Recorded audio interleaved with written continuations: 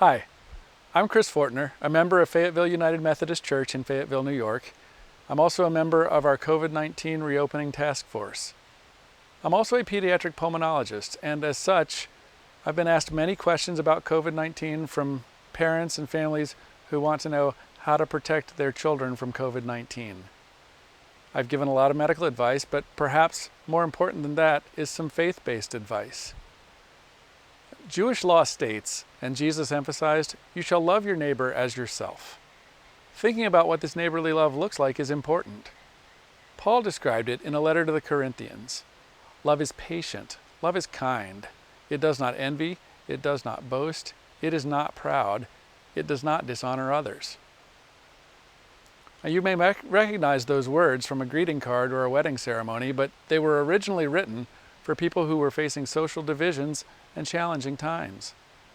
So, how does this love for others help us out of this pandemic? No matter our personal thoughts or beliefs about COVID-19, let's start by recognizing that it's still a problem.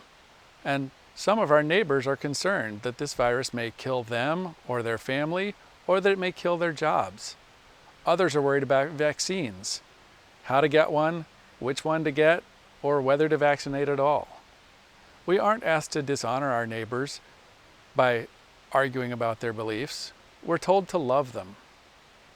Rather than trying to win an argument using examples of, it's not that bad, or it's worse than we've been told, try thinking of a neighbor who simply doesn't want to see more people die of an avoidable infection. No one is expendable. That neighbor has seen enough. And we've all learned enough about how not to infect another neighbor. We know this virus spreads easily if people aren't wearing masks and are breathing in air that someone else recently breathed out. It spreads even more easily in closed indoor spaces. If we're going to be in those spaces with our neighbors, we should be especially careful not to spread this virus.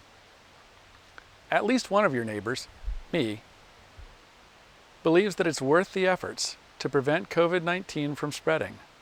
With every person who does not catch it, we get closer to being done with this pandemic. The real-world vaccine results show how well the vaccines protect us from COVID-19. But those who are vaccinated should not be boastful. It's not very kind to run around waving your proof of vaccination like a golden ticket that says, I'm protected, you're on your own. Let's be patient with those who aren't vaccinated, including children who have no vaccines available yet. Whether you're vaccinated or not, please be careful in indoor spaces. If you must go into an enclosed space with other people who may not be vaccinated, only spend as long as you need to in there. And please, wear a mask until you get back outside.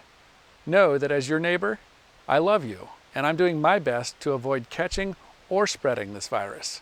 I hope you will do the same for your other neighbors. We're all in this together until we're all out of this together.